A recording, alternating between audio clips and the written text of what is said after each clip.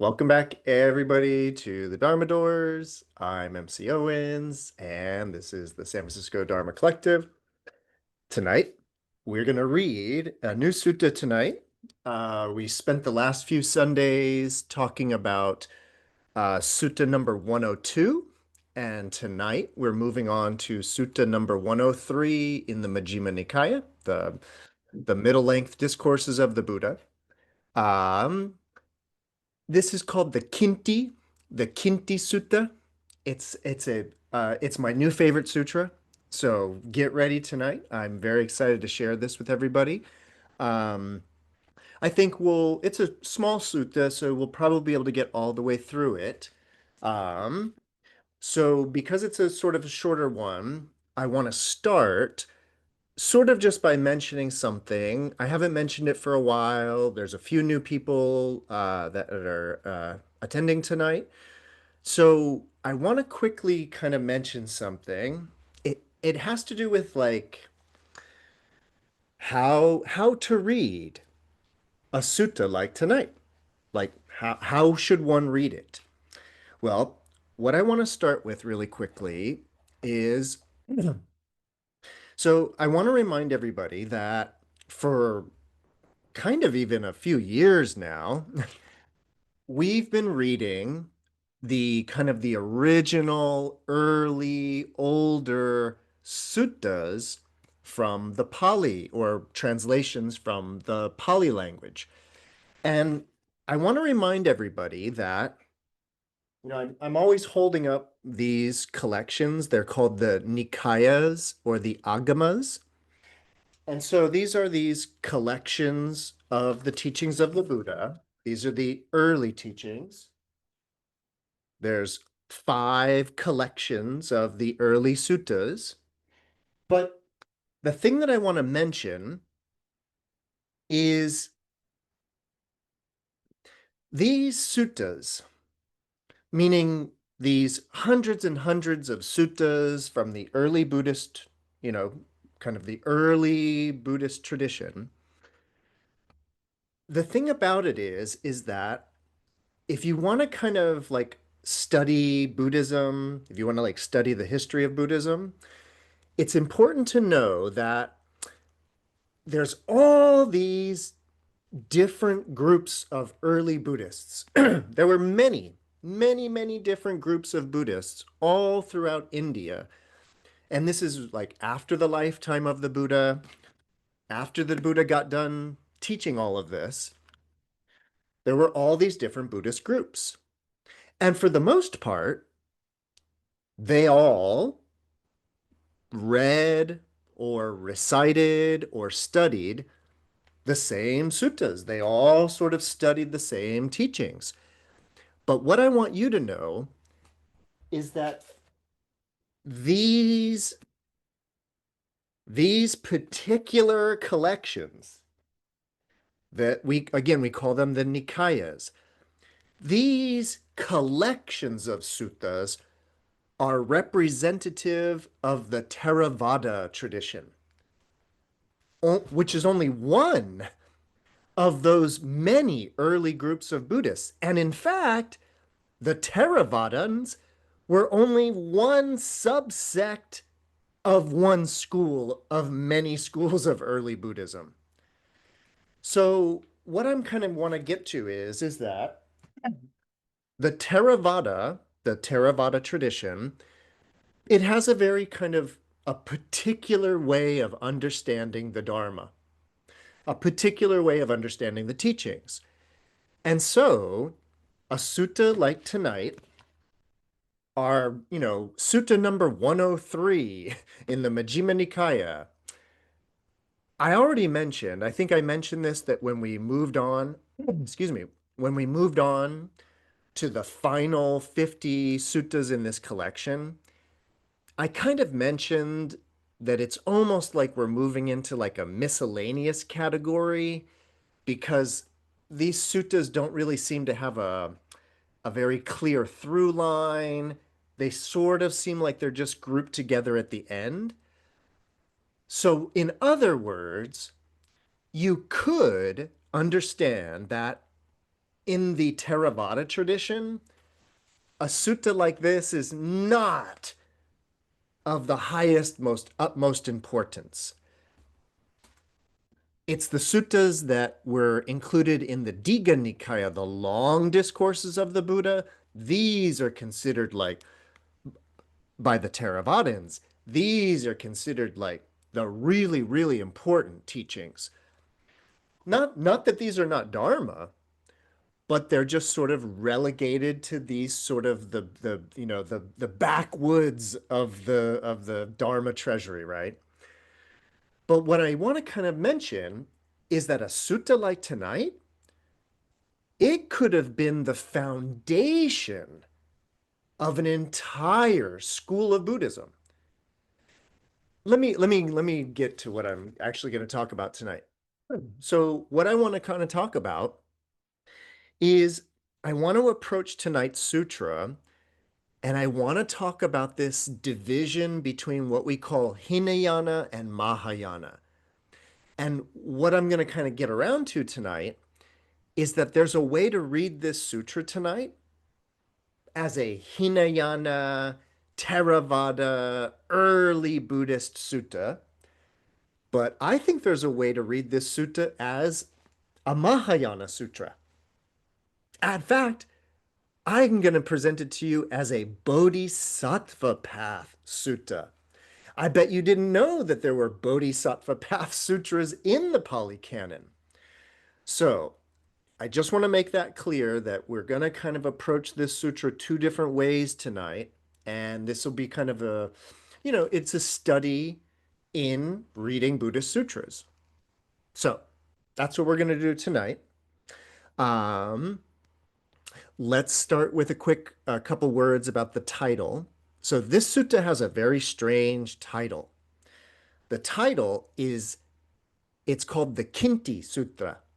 The Kinti Sutta. K-I-N-T-I. Kinti. And that title, Kinti, it comes from the very first thing the Buddha says in the sutta, at least in the Pali language. And what he says is he says, Kintivo bhikkhu, or bhikkhava, like, whoop. And what he says is, what do you think of me, bhikkhus? And so the sutra is called, what do you think of me? So we're going to want to look like, what's the Buddha talking about here? So there's a couple of right away, there's a couple of very interesting things about this sutta. So, sutta number 103, the little Kinti Sutta, what do you think of me? Thus have I heard. On one occasion, the Blessed One was living at Kushiniyara, or Kushinigara in Sanskrit, in the grove of offerings. There he addressed the bhikkhus, bhikkhus. Venerable sir, they replied. And the Blessed One said this, Kinti vo bhikkhave? What do you think about me, bhikkhus? Now, even before we get to what the Buddha wants to know, we need to take a quick step back because this is very important. Kusiniara, or Kushinigara, the place where this sutta takes place, this is a very important place. This is where the Buddha passed away. So, if you are with me in the way that I read sutras, if we're reading this allegorically, so not historically, but allegorically, then the significance of Kusinigara, the significance is, it's very significant. We'll come back to that. But I just wanted to remind you that that's where this sutra takes place.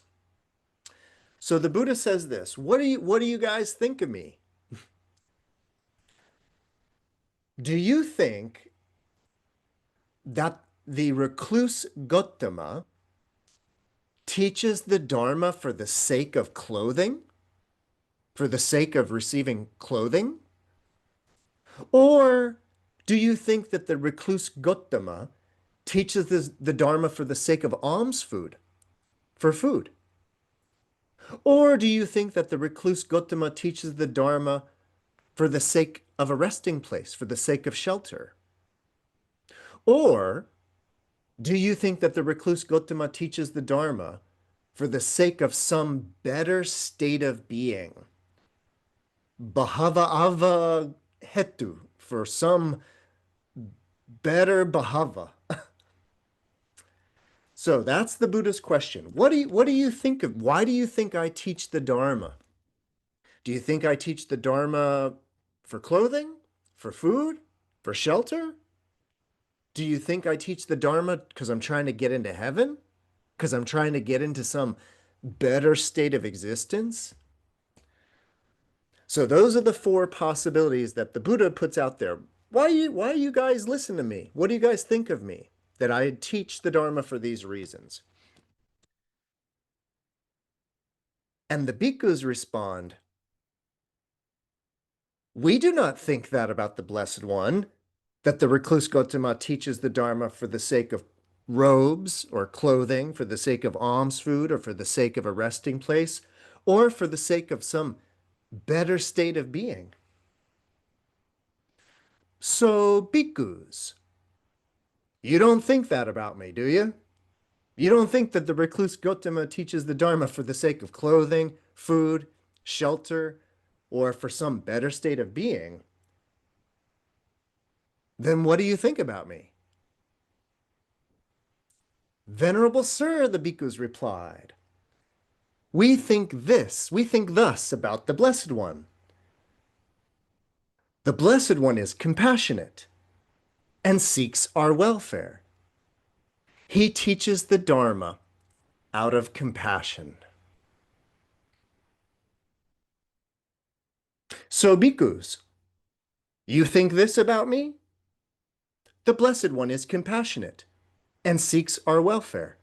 He teaches the Dharma out of compassion. We're about to get into the next section, but I just want to take a quick step back. So because there's a few people in here and a few people also later on that are going to watch this, I want to mention something really quickly. It has to do with what just happened there. So the Buddha says this thing like, what do you think? Why do you think I teach the Dharma? Do you think I teach the Dharma because I'm trying to get clothing and food or shelter or trying to get in some better state?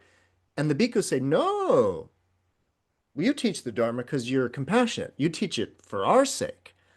In other words, you don't teach the Dharma for your sake. You don't teach the Dharma because you're trying to get something like clothing, food, or shelter. No, you teach the Dharma for our sake.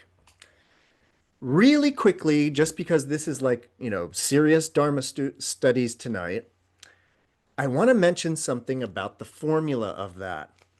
This question of, what do you think of me? Why do you think I teach the Dharma? I just want to mention really quickly that, I'm teaching another course on my own on the Diamond Sutra. And I just wanted to mention to everybody that this is the Diamond Sutra, the Vajra Sutra, of course, very famous Mahayana Buddhist sutra. And there's one chapter of the Vajra Sutra, that has actually, it's always puzzled me a little bit. Like the exact language of chapter 21 has always sort of like, I didn't quite get it. And actually, it was reading tonight's sutra, the What Do You Think About Me sutra, where I was like, oh, that's what they're talking about. So really quickly, just in case you're interested, in chapter 21, the wording of the Vajra Sutra is very strange, but the Buddha says to Subhuti, Subhuti, what do you think? Do you think that I think that I have to teach the Dharma? And Subhuti replies, no, world honored one. You don't teach the Dharma because you have to teach the Dharma. And then it goes on to describe, well, then Subhuti, like, what do you think I'm doing here? And it gets into like Vajra wisdom, like Mahayana Buddhist wisdom. And it basically, it takes this idea to the next level. In the Vajra Sutra, basically what it says is that the Buddha doesn't have anything to teach. That's called teaching the Dharma. But I just want you to know that the opening formula of chapter 21, where it's about, what do you think, Subhuti? Why do you think I teach the Dharma? I just want you to kind of know that I've learned that this is like a theme or a trope that we find in the early Buddhist sutras that the Vajra Sutra is kind of riffing on and sort of taking to the next level. So I just wanted everybody to know that. That's our first little kind of interesting point of relationship with the Mahayana.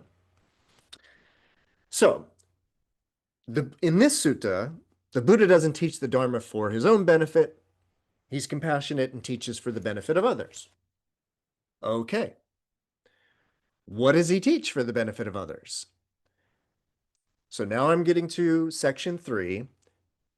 And the Buddha says, so bhikkhus, these things that I have taught, or these things that I have taught you after directly knowing them, that is the 4 foundations of mindfulness, the 4 right efforts, the 4 bases of spiritual powers, the 5 faculties, the 5 powers, the 7 factors of enlightenment, and the Noble Eightfold Path. In these 37 things, you should all train in harmony, in concord, with mutual appreciation, without disputing. Okay. So that little group, that's going to be the first time that we in Dharma Doors, this is going to be the first time that we are going to be encountering this list of dharmas. We've encountered this list of dharmas.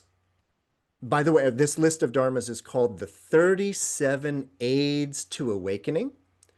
It's called the Bodhipakshika, the wings to awakening. So the wings to Bodhi, or the aids to awakening. And what this is this list of the 37 aids to awakening is something that we hear about all the time in Mahayana Bodhisattva Sutras. The 37 aids to awakening are basically the Bodhisattva's training package. It is like what the Bodhisattva trains in. So the first thing I kind of want to mention tonight is that for a long time, I thought the 37 aids to awakening was a Mahayana teaching, because I had only ever seen it in Mahayana Buddhist sutras, and I had only ever seen it as sort of the foundation of the Bodhisattva path. Imagine my surprise when I started finding it in the early Pali Suttas. So that's the first thing I want to note. So now let's dive in just quickly about these 37 aids to awakening. So the thing that makes this very interesting is that this is a very, very famous list of lists. So you know the Buddha famously teaches in lists, right? Well, what they do then is that they then take groups of teachings and put them into a list. So we have a list of lists. And so this is a list of these 4, 4, 4, 5, 5, 7, and 8. Let's go through them really quickly. So the first aspect of the 37 aids to enlightenment, or the 37 aids to awakening, the first list is the 4 foundations of mindfulness, the so-called satipatthana. So the sati, mindfulness, and the foundations, the patthana, of mindfulness. And there are 4 of them. And this is the number 1 Buddhist way to meditate. In fact, this is the only way to meditate. It begins by focusing on the awareness of the body, primarily through breathing, but then bringing your attention to the entirety of the body. And then, based on the foundation of the body, when the mind is nice and settled on awareness of the body, you can sort of tighten the focus of your meditation to just the sensory body, like sensations. Sensations are the second foundation, so we're noticing positive, negative, and neutral sensations of the eyes, ears, nose, tongue, body, and brain. Noticing any positive, negative sensations.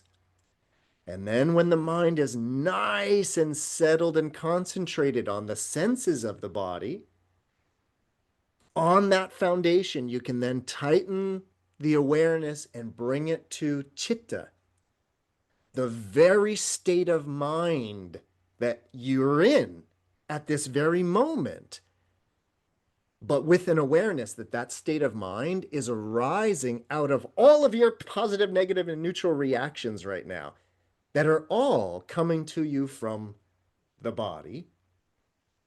And so then from the body, sensations, and states of mind, you can then move to the 4th foundation, which is actually contemplating dharmas themselves. Actually contemplating the teachings of the Buddha, but now in a very calm, meditative state of mind. So that's our quick review of the 4 foundations of mindfulness. That is the Buddhist way to meditate.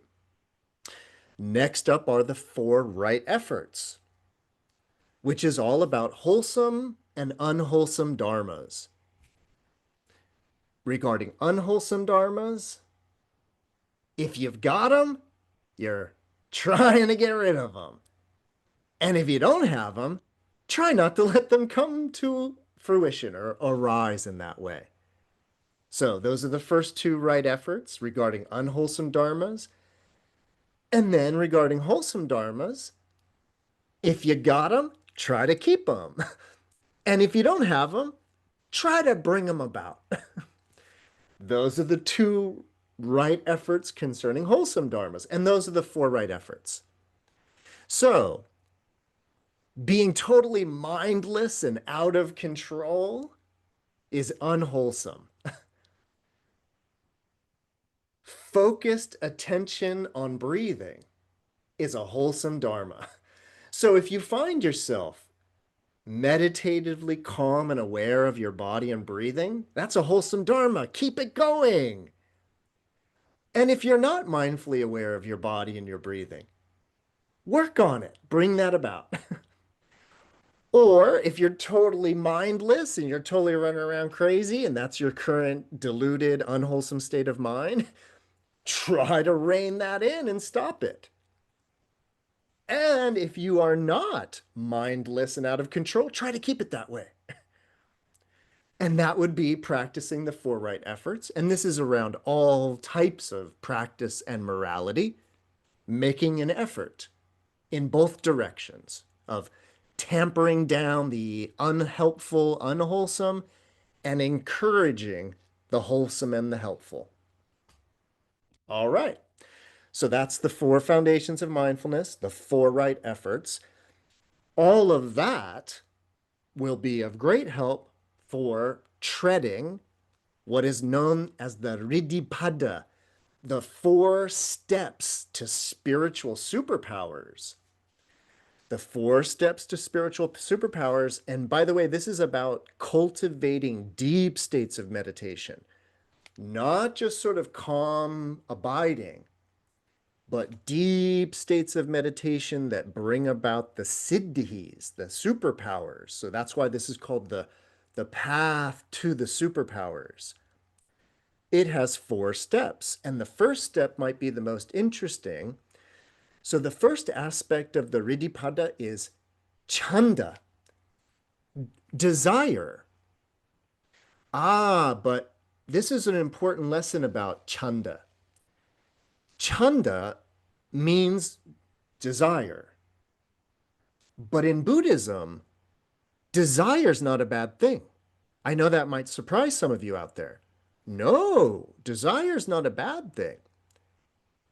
What you desire might be problematic. So the object of chanda might be problematic. So kama chanda, the classic, the desire for sensual pleasure, that's not conducive to awakening. Whereas bodhicanda, you actually desiring awakening, that's good. You need to want to be liberated. You need to have that desire. Otherwise, it actually won't happen. So chanda is the first of the 4 steps to the superpowers. And it's actually about taking your desire and harnessing it.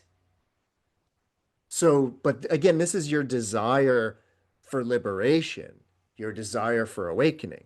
So taking that desire for awakening, harnessing it, and then from that, you develop virya, effort. We're going to encounter virya several times.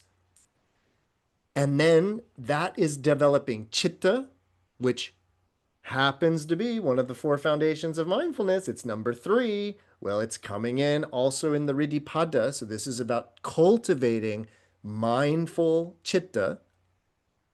And then finally, once you've harnessed your desire, once you've cultivated effort, and once you've cultivated citta, you do something called vimamsa. Vimamsa is a lot like vichara. It's a lot like vipassana. It's the curious scientific investigation of dharmas, the curious scientific investigation of what's going on here. So from those 4 foundations, or from those 4 steps of the Riddhipada, you develop spiritual superpowers. Then that brings us to the 5 faculties and the 5 powers, not superpowers, just powers, just power. The reason why I mention these 2 together is because it's the same list of 5, but the first is about these 5 spiritual faculties. Now, you have, according to the Buddhist tradition, you have 6 sensory faculties. The ability to see, the ability to hear, the ability to smell, the ability to taste, the ability to feel with the body, and the ability to think with the mind. Those are 6 indriya, they're called, 6 faculties. Well, in the world of Buddhism, there's 5 spiritual faculties. They are 5 spiritual abilities. And just like seeing, hearing, smelling, tasting, and touching, there's a way in which we all have them, but they may not be activated. They might be laying dormant or latent in that way. So the 5 spiritual faculties, the first one is faith. But shraddha, I want to remind everybody out there, shraddha is not blind faith. Shraddha is certainty. Like a very certain mind. That's what it means to have faith in Buddhism. It's about being certain in that way, being clear. And that type of mind that is clear, has faith or confidence, that's a faculty. You cultivate faith. You aren't in a way just born with absolute pure faith. You cultivate it. So that's one of the spiritual faculties. It's number one. Number two, virya. There it is again. Virya, putting forth the right effort. So the four right efforts, that's about virya, putting forth the effort. Effort is a part of the four steps to spiritual superpower. And virya is one of the five faculties. You have to cultivate such determination and drive. Next up is sati, mindfulness. We just did the four foundations of mindfulness. Well, a focused mind, that's a faculty. It's different than thinking, actually. The ability to be focused, to be concentrated, the ability to stay focused and not get distracted. That's sati, that's a faculty, and you cultivate it, you develop it. Then there is samadhi. Samadhi is that deep, deep state of meditation, basically a formless, non-dual state of deep meditation. That's a faculty. You develop samadhi. And then finally, number five is wisdom, prajna. Prajna, like our Prajna Paramita Sutra, like our Diamond Sutra. But the idea is that type of transcendent wisdom, prajna, it's a faculty. Again, it needs to be cultivated.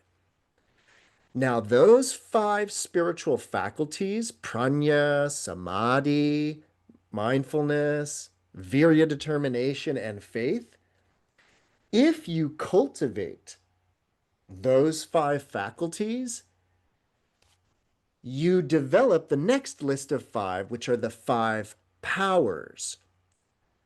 But the first is the power of faith.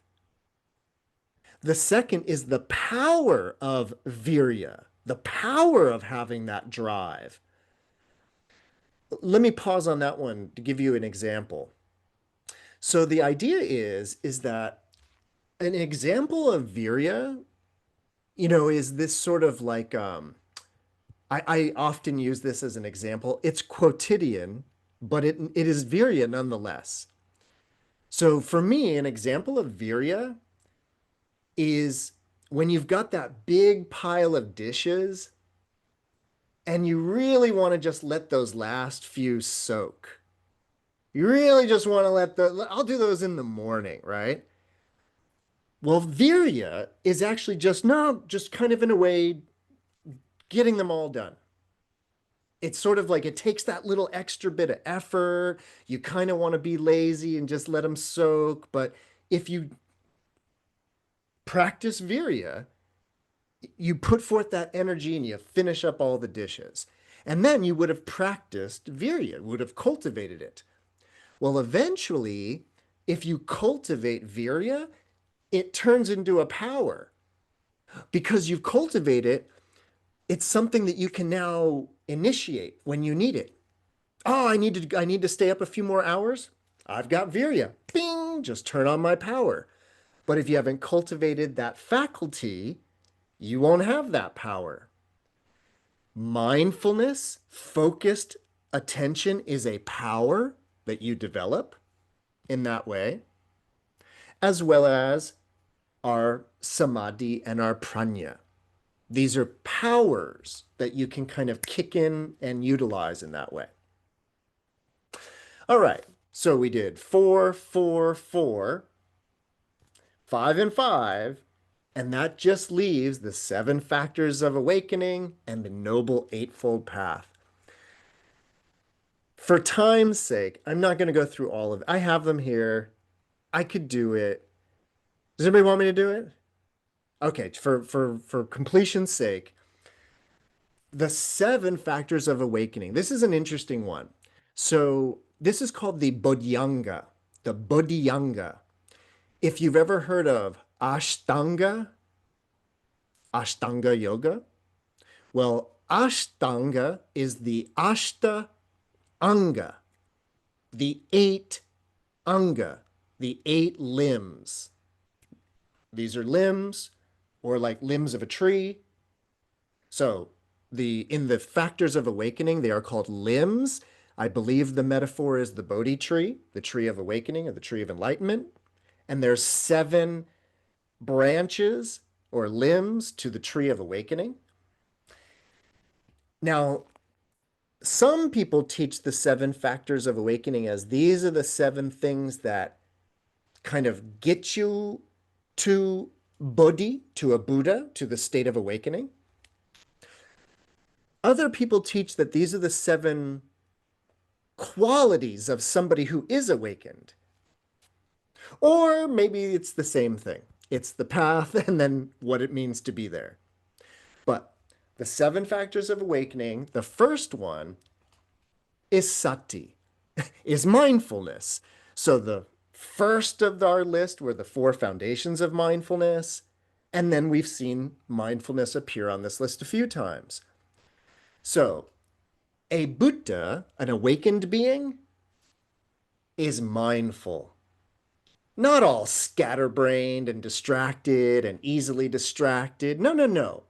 An awakened being, somebody who has attained Bodhi, is sati, is mindful in that way. Now, again, maybe mindfulness is the way to get awakened, which it is, but you could also think of mindfulness as a quality of an awakened being. Number two is vichaya, Dharma vichaya, investigating dharmas.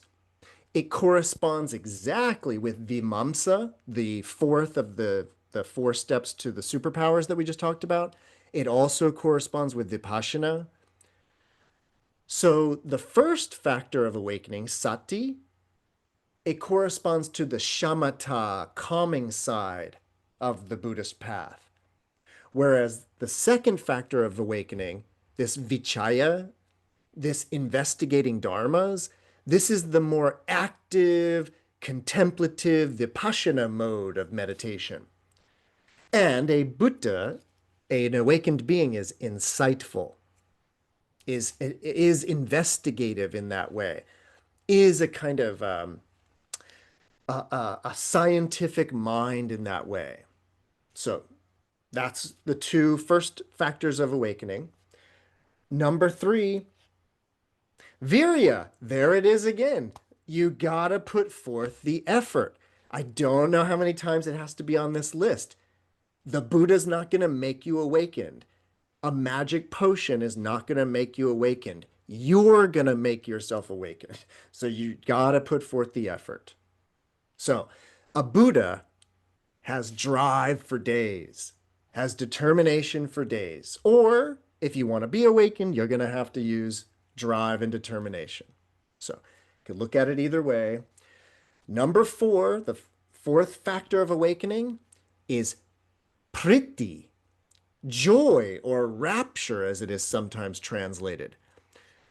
This, the fourth factor of awakening, priti or joy, it's basically code language for the first jhana, for like getting into jhana. So if you want to get Bodhi, if you want to attain Bodhi awakening, it helps to be able to get into jhanas and enjoy that. How does the Buddha describe it? The joy of seclusion. The joy of not needing anything, actually. So that's the 4th factor of awakening, is cultivating joy, not dependent upon anything. And then number 5 is prashrabhi, is this idea of tranquility. The word gets translated as tranquility. I believe it's code language for like the 2nd and 3rd jhana, the more mellowed out, tranquil state of the upper jhanas versus the kind of almost ecstatic joy of the 1st jhana. So that's the 5th factor of awakening, this prashrabhi, this tranquility. And then samadhi is number 6, So the ability to get into that deep non-dual state, or a Buddha is just always in samadhi. And then finally, the seventh factor of awakening is upeksha. Upekkha, or in Pali it's upekkha, in Sanskrit it's upeksha. Upeksha is almost always translated as equanimity, but since we're doing a deep dive tonight, I want everybody to know that upeksha really, it literally means like, kind of like relinquishment. But what upeksha is, it's this utter like carefreeness. It's utter like you've put down all burdens. You've just relinquished everything in that way. Now, I know why people translate it as equanimity, because the one who has upekshad or whatever, the one who has relinquished, is equanimous, is, has equanimity. But there's words actually for equanimity, such as samatha, sameness. Usually, when we're talking about equanimity or equality, we're talking about samatha, sameness. Upeksha is this really like, it's basically, we're going to hear about it in a second. It's the heart of this sutra, but it's the not having anything to argue or fight about. That's upeksha. Yeah, okay, so Ophir asked about calling upeksha or that type of equanimity radical acceptance. It, that might be upayak to, in the right situation, to do that, to make that comparison.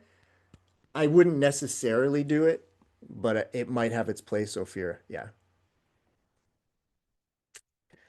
Okay, we're okay, but eightfold noble path. Everybody, number one, right view, right drishti. You gotta have the right understanding of what's going on here.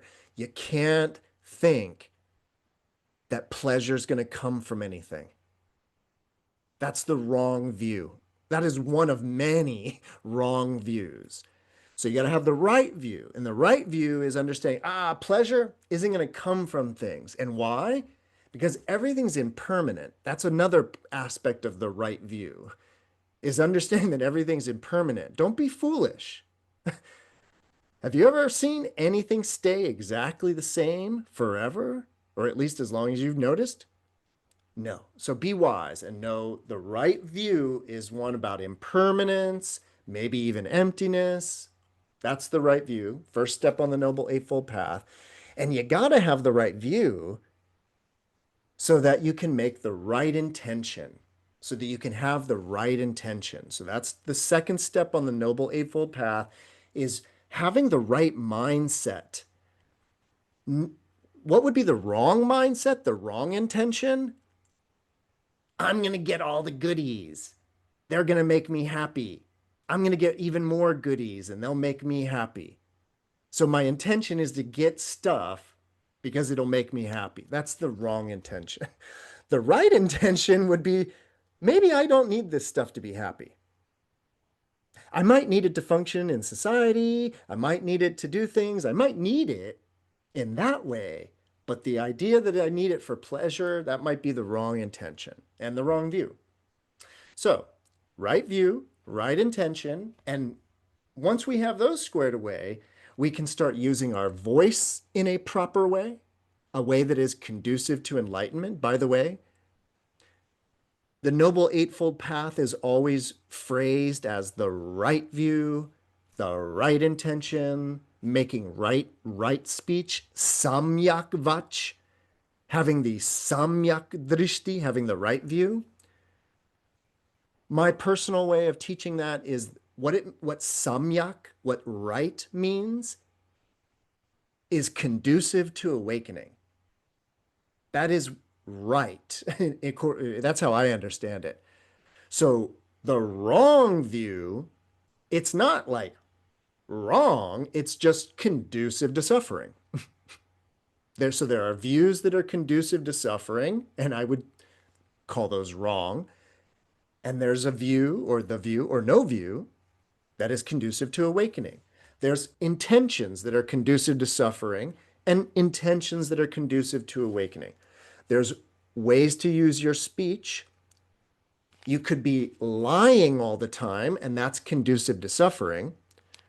Or you could be honest and speak truthfully, and that's conducive to awakening. It's the right speech.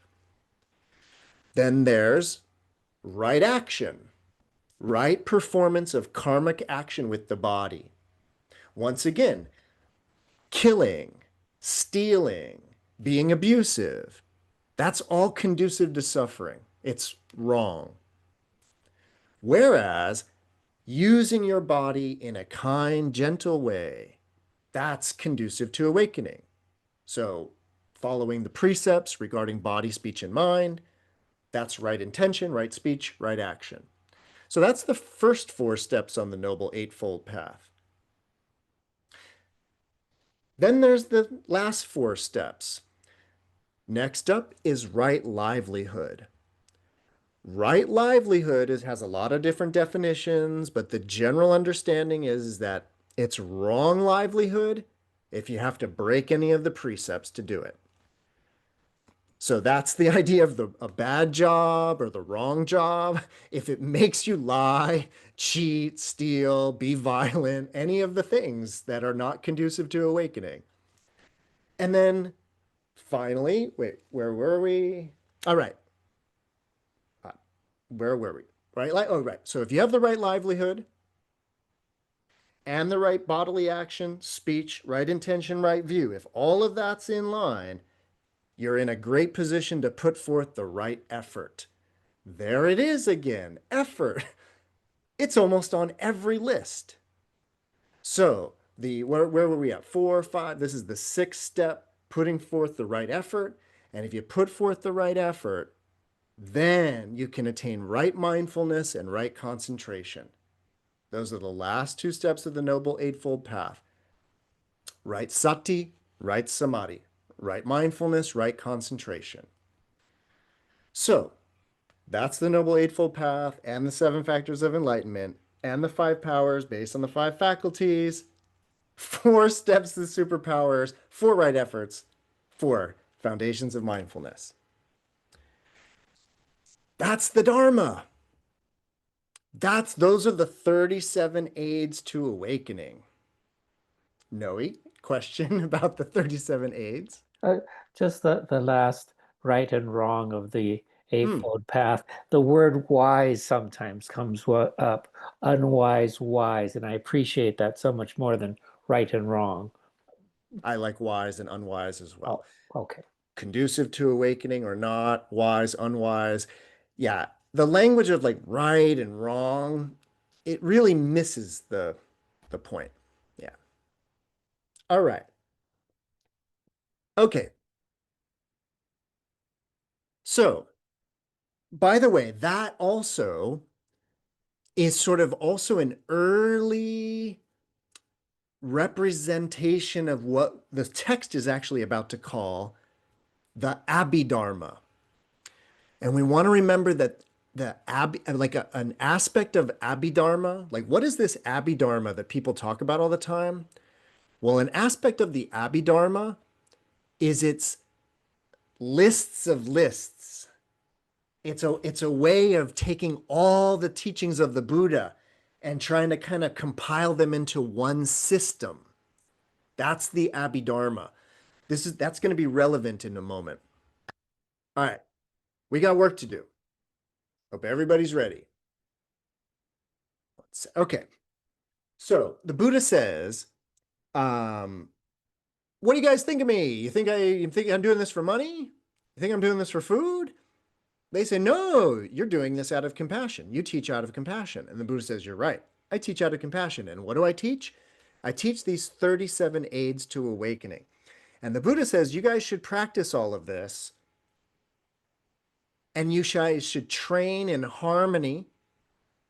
You should train in concord together with mutual appreciation for each other without disputing. Okay.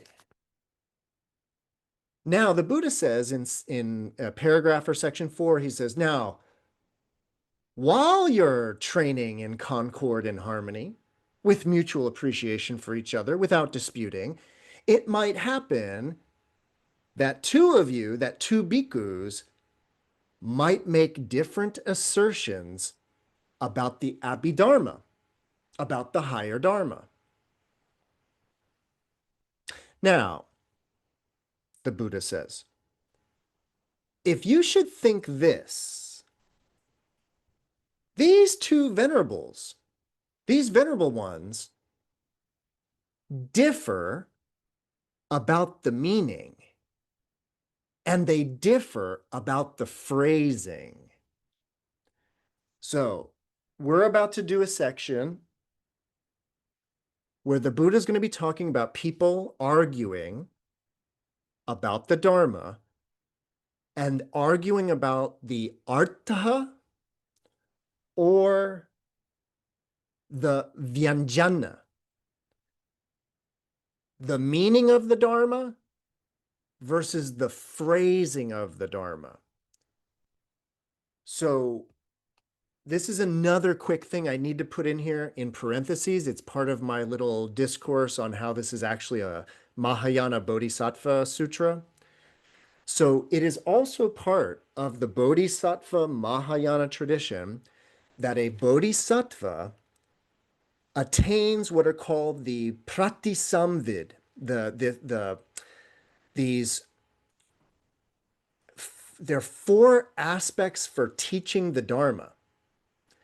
And it's about understanding the Dharma, the artha, the nirutti, and the pratibhana.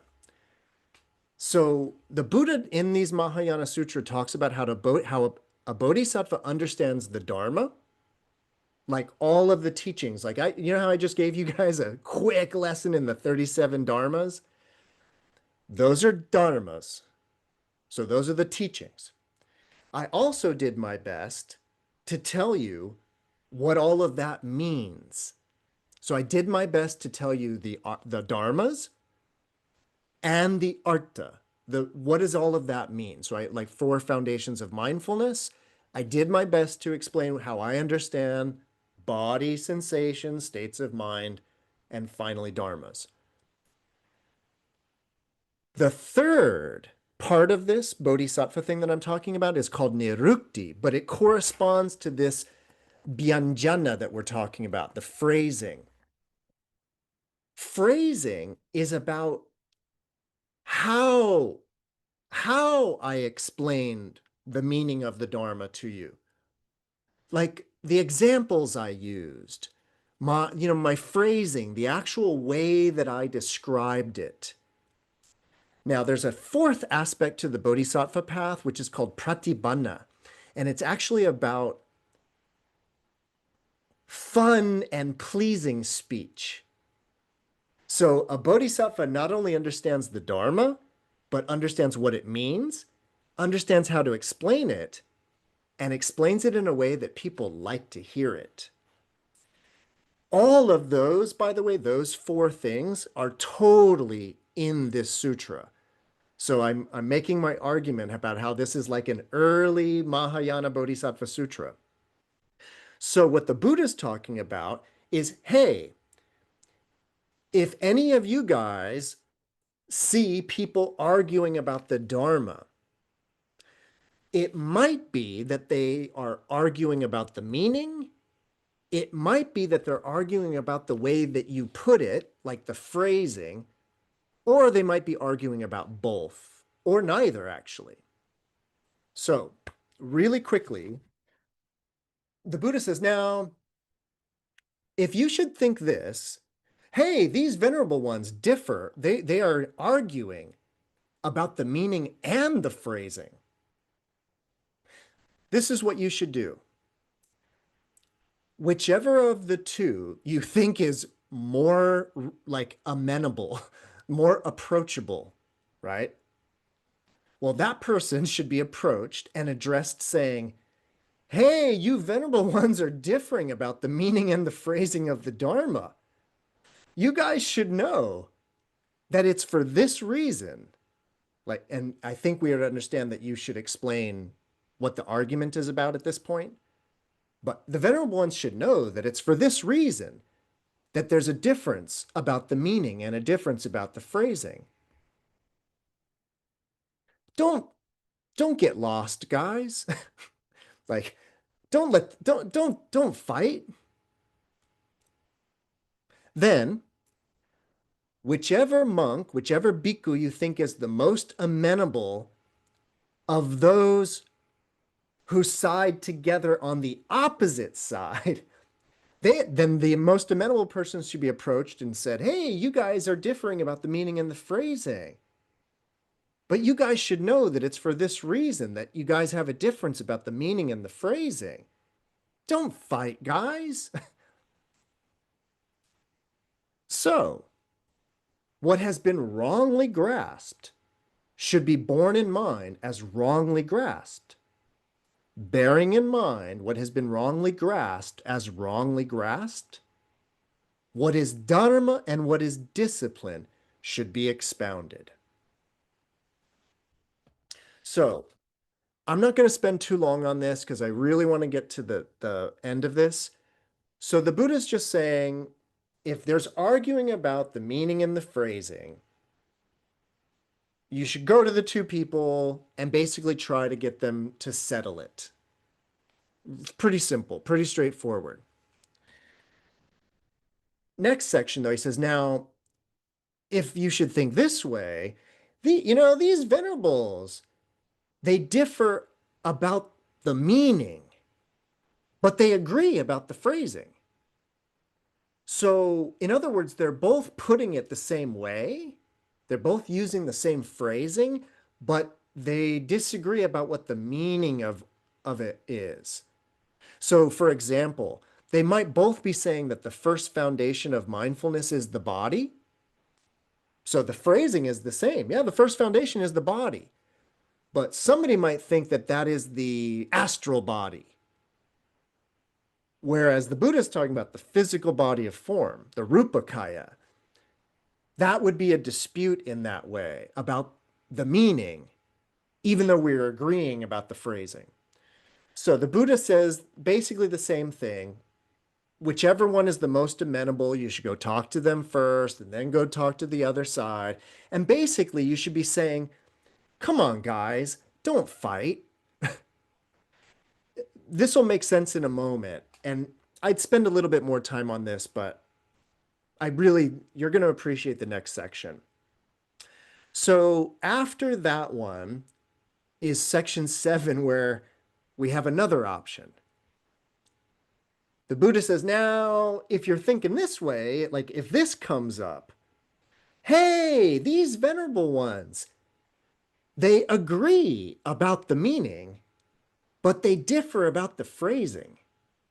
So they agree that the four foundations are, they agree that the four foundations are the four foundations, but the way they describe it is different. So they differ.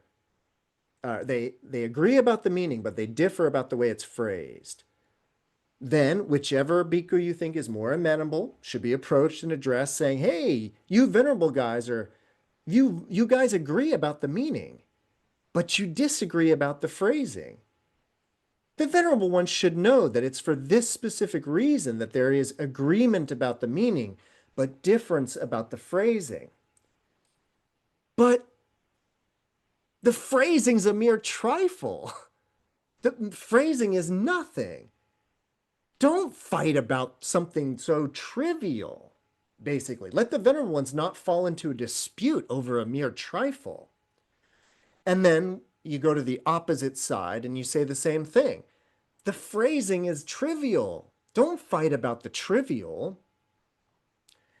And then finally we get to section 8, where it's actually the venerable ones agree about the meaning and they agree about the phrasing. But for some reason they're fighting. So you should go to the one who's more amenable first and say, hey, you guys are actually in agreement. You guys are actually on the same page. Don't fight. Okay.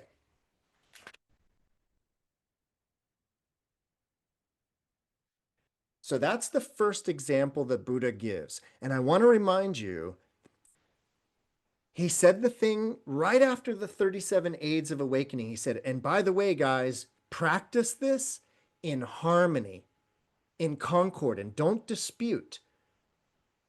So now the Buddha's dealing with disputes. The next thing that happens is he says, let's say that you guys are training in harmony together. So let's say you're training in concord with mutual appreciation for one another without disputing. But then, somebody commits an offense or a transgression against the rules. So if anybody out there is part of an organization, part of anything, and you have rules, and somebody breaks those rules, here's the Buddha's advice for how to deal with that. So this is important stuff. So he says, there's a few different possibilities. He says, now, bhikkhus, if somebody has broken a rule, transgressed, don't be in a hurry to reprimand him. So don't be in a hurry to reprove him. Rather, you should examine that person and you should think, you know, it's no trouble to me. So I shall not be troubled if I go talk to him about the transgression. And the other person, if I go talk to him about the transgression, he won't be hurt because that other person isn't given to anger, isn't given to resentment. He's not firmly attached to his view and he relinquishes easily.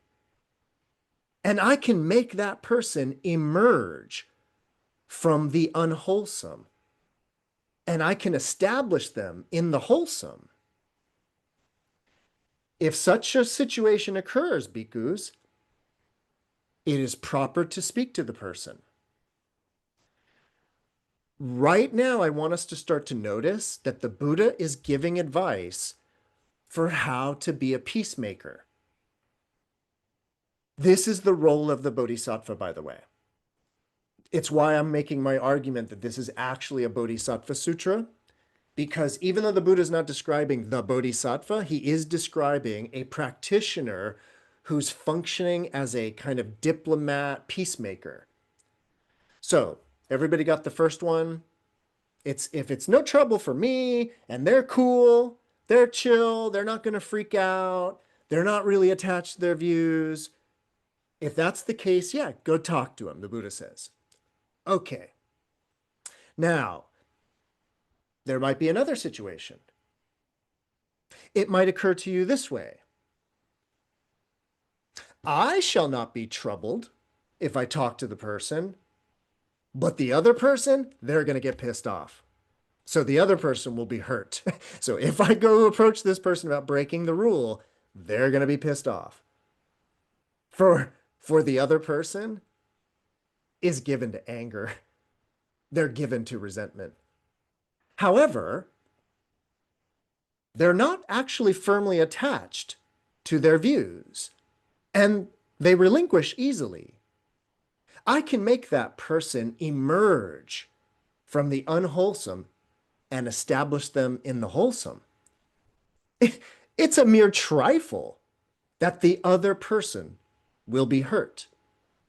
But it is a much greater thing that I can make that person emerge from the unwholesome and establish them in the wholesome. If such a situation occurs, bhikkhus, it's proper to speak to that person. That sounding good to everybody? That idea that even though, like, so my friend is, let's say, in recovery, and I saw him take a drink, and I want to confront him about it, but he's going to be pissed off. But I know it's going to be for his best. I know it's going to be to help him out of his unwholesome situation. The Buddha is saying if that's the case, it's okay to speak to him. Next up, there might be another situation, and it might occur to you, I'm going to be troubled by this, meaning this is going to be trouble for me if I go talk to this person about their transgression. But the other person, they're not going to bother. They're not going to be hurt. They're not going to be upset. For the other person's not given to anger, not given to resentment. Though he's firmly attached to a view, and even though he relinquishes with difficulty, meaning he's not going to give up his position easy, yet I can make that person emerge from the unwholesome and establish them in the wholesome. It's a mere trifle that I should be troubled, but it is a much greater thing that I can make that person emerge from the unwholesome and establish them in the wholesome. If such a situation occurs, bhikkhus, it's proper to speak. Another situation. It might occur to you, bhikkhus, that I'm going to be troubled. So this is going to be a headache for me if I talk to this person. And the other person's going to be completely pissed off, right? And why? For the other person, they're given to anger. They're given to resentment. Oh my gosh. And they are firmly attached to their views and they relinquish with a lot of difficulty. Yet, I can make that person emerge from the unwholesome and establish them in the wholesome. Therefore, it's a mere trifle that I should be troubled and that the other person should be hurt. But it is a much greater thing that I can make that person emerge from the unwholesome and establish them in the wholesome. If such a situation occurs, bhikkhus, it's proper to speak. And then there might be this situation. It might occur to you, bhikkhus, I will be troubled. I'm going to be totally disturbed by this situation. And the other person's going to be totally pissed off too, because the other person is given to anger, given to resentment, and they are totally attached to their views and they relinquish them with difficulty. And there's no way that I can make this person emerge from the unwholesome and establish them in the wholesome.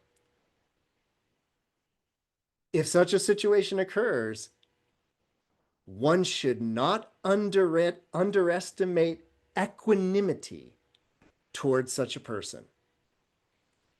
So in other words, yeah, just let them be and wish them well. Extend metta, loving kindness in their direction. But if that's the case, that they will not actually be brought out of the unwholesome, just wish them well. All right, so that's the Buddha's advice for disputes. Any questions, comments, or ideas? Okay. We have just enough time for this is such a beautiful ending. This is so, like, I'm sorry I rushed through those parts, but I really wanted to get to this ending. So this is the third kind of situation. So the first thing we had was two people fighting, two people arguing about the Dharma and what somebody should do in that situation. Then we had a situation where one of our group has transgressed and we're debating about whether to confront them about that or not. And now, the third scenario.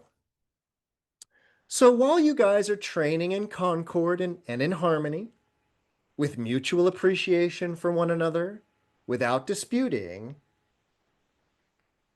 there might arise mutual verbal friction.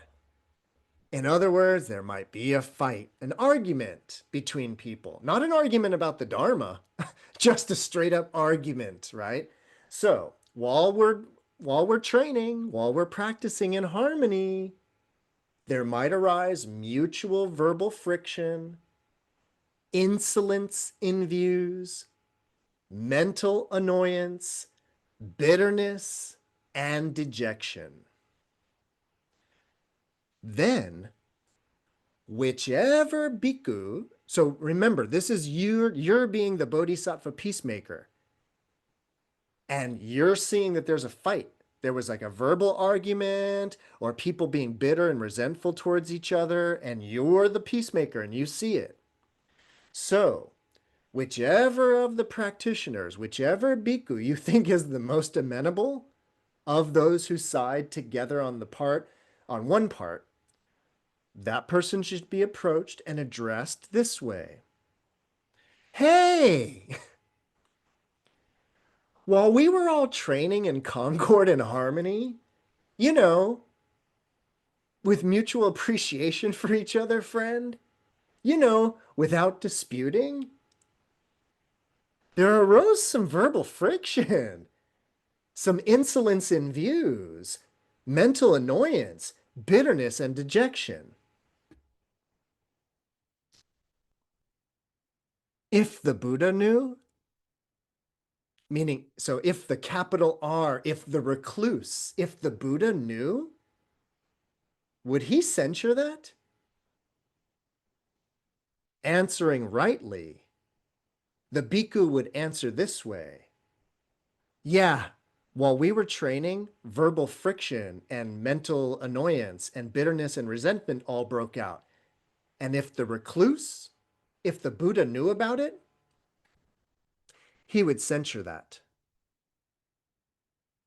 But friend, without abandoning that thing, can one realize nirvana? Answering rightly, the bhikkhu would answer this way, friend, without abandoning that thing, one cannot realize nirvana. This is the message of the sutra. So this idea where it's like, hey guys, you guys were fighting. You guys were like, arguing. What do you think the Buddha would think of that? Would the Buddha censure that? And the bhikkhu's responding rightly and say, yeah, the Buddha would censure that. And then there's this language, it's a little complicated, but it's this language where he says, well then, but friend, without abandoning that thing, can one realize nirvana? Well, that thing is whatever was being argued about. So what we can, or the way that I kind of interpret what's being said here is like, let me just kind of give you my understanding. The Bodhisattva peacemaker is basically saying, is fighting going to get us to nirvana?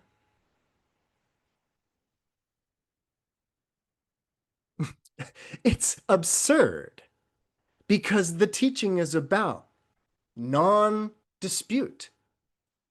So how could we possibly get to nirvana? By arguing about how to get to nirvana. It doesn't make any sense. And that's what the Bodhisattva peacemaker is saying. What would the Buddha think of this? Would the Buddha think that this is really awesome that we were arguing with each other? Or would the Buddha censure that? Obviously, the Buddha would censure that. And then our Bodhisattva peacemaker says, yeah, without abandoning whatever you're attached to, you're never going to get to nirvana. Next paragraph. Then, whichever bhikkhu you think is the most reasonable or the most amenable of those who side together on the opposite part of the argument, they should be approached and addressed this way. Hey, fellas, while we were all training in harmony and concord, with mutual appreciation for each other, without disputing, there arose verbal friction, insolence in views, mental annoyance, bitterness, and dejection. If the recluse knew, if the Buddha knew, would he censure that? Answering rightly, the bhikkhu would answer thus: yeah, while we were training, we started getting into a fight. And you're right. If the recluse, the Buddha, knew about it, he'd censure that. But friend, without abandoning that, can one realize nirvana? Answering rightly, the bhikkhu would answer thus: friend, without abandoning that, one cannot realize nirvana.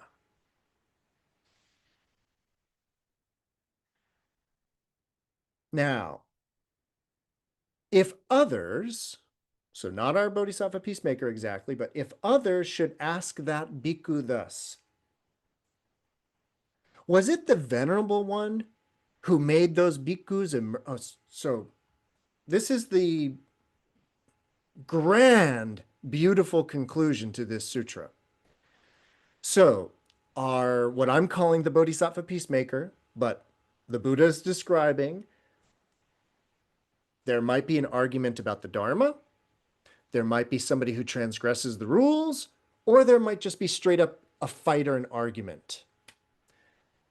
The Buddha just gave advice for how to ameliorate those different situations, okay? Now, if what I'm calling the Bodhisattva peacemaker, if the Bodhisattva peacemaker should be asked by others, was it the Venerable One who made those bhikkhus emerge from the unwholesome and establish them in the wholesome? Answering rightly, the bhikkhu, the peacemaking bodhisattva, would answer this way. So, somebody saw the bodhisattva peacemaker go over and talk to bhikkhu number one, talk to bhikkhu number two. Hey, what do you think the Buddha would think of that? What do you think the Buddha would think of that? And let's say the bodhisattva, the peacemaker bhikkhu, successfully brought the situation back to peacefulness. And then somebody came to the bodhisattva peacemaker and goes, wow, how'd you do that? Like, wow, you really did good over there. Was it you? Was it you, Venerable, that took those bhikkhus from their arguing transgressions or whatever, from their unwholesome states? Was it you that brought them and established them in the wholesome? Answering rightly, the bhikkhu would answer this way, saying, friends, I went to the Blessed One. The Blessed One taught me the Dharma. Having heard the Dharma, I spoke it to those bhikkhus. The bhikkhus heard the Dharma, and they emerged from the unwholesome, and they became established in the wholesome. Answering that way, the bhikkhu neither exalts himself nor disparages others. He answers in accordance with the Dharma in such a way that nothing which provides a ground for censure can be legitimately deduced from his assertion. That's what the Blessed One said. The bhikkhus were satisfied and delighted in the Blessed One's words.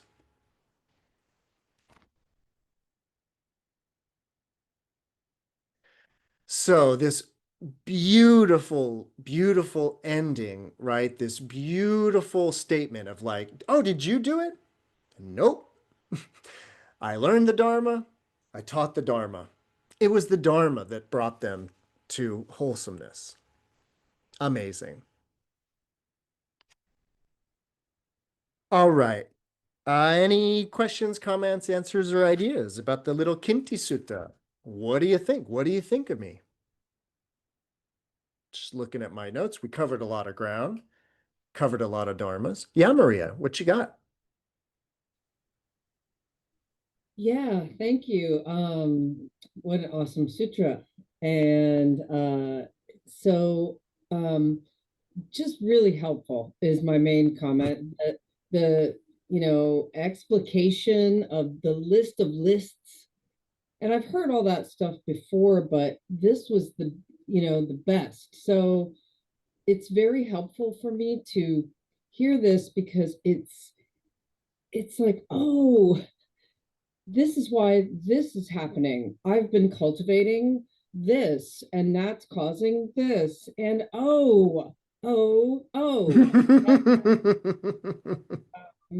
And then I just went on this trip to visit my family in Ohio, and I saw some people that I hadn't seen in a long time. And one of the friends is really hurting herself with drugs, and the people around her are suffering, her animals are suffering, and I just it made my heart hurt so badly. And I got home, and I think it was last night or the night before, I just decided to send her a message. And it was a hard message to send. And I knew it might not be well received, but I tried to put love in there. And this thing about being the peacemaker, I feel like I'm always the one who says the stuff that needs to be said, but pisses people off. And so, yeah, thank you. So this was so great to hear, and so helpful, because so many times when those things were happening, I wasn't sure what to do. And now it's right there. It's straight from the Buddha's mouth. So awesome. thank you. Oh, awesome, Rio. I'm so wow, how fortuitous in that way. So, wow, wonderful. Any other comments? So great. Ophir and then Noe. Oh, thank you. Thank you, Noe. What a wonderful, wow, I can't believe you did it too, also in an hour and a half only. But incredible. But how incredible after the saga, the 3 last meetings of views, to have that on the top. What a interesting, taking it further with views of the Dharma and kind of to the Sangha. And I never heard any deliberate mediations for the teachers and the Sangha. And this is incredible jewel, specifically after the investment that you brought us to the awareness of the views and all these conflicts. So this is emerging, the momentum here of all those sutras are incredible. So I really appreciate that. Thank you. Great comment, Ophir, and really, you are really pointing out that there is a connection between the last suit. Like there is some connections here. So whatever sutta we get into next week, we'll definitely want to explore. Are they talking about views or so? Excellent. Noe? Ditto. That was well done. Oh my goodness. It, it, it does make me investigate my own views and my own personalities that I'm running into, and definitely move. I like the idea that I can have my views can change. This is what I keep forgetting. I want to hang on to it like pick up a hot stone to throw at somebody. Yeah. Thank you so much. Yeah, and Noe, that reminds me, we have heard that from the Buddha about kind of taking up a view after careful consideration and not necessarily clinging to it, but, entertaining a view in that way, but just not with a way that would make you argue with anybody in the way that this is right, period. So, yeah. Robin? I know so much of the time it's like about being right, really feeling, and honestly feeling, I know I'm right, but then how is that going to create a peaceful conversation? And so I have to remind myself that it's like, what do you want to be right, or do you want to be loved? And Robin, your comment, it's so appropriate. Everything I was saying a little while ago, whenever it was about upeksha meaning relinquishment, it's really specifically like letting go of this I'm right, and actually being comfortable with not right or wrong. Like, I'm not wrong, but I'm not right. If you are kind of right in the middle of that, that's kind of upeksha. And it's again, it's why people would translate it as equanimity in that way. But I really would want to use what we're all picking up on, like the danger of that idea of I'm right. Like, and even what's even more dangerous, of course, is when people don't see it that way, and the attempt to assert the rightness versus just who cares. Upeksha is kind of like who cares, but not in a irresponsible way. It's really about all of the nonsense that's being relinquished. So, yeah. All right, everybody, that'll do it. That's another sutta on Dharma doors. Thank you Thank you, so much. Noe, for hosting. Thank you all for being here. I will be back next Sunday night with another sutta, probably the next one. Oh, definitely. Samagama Sutta. Samagama Sutta. So, so I'll see you all next week. Have a great week.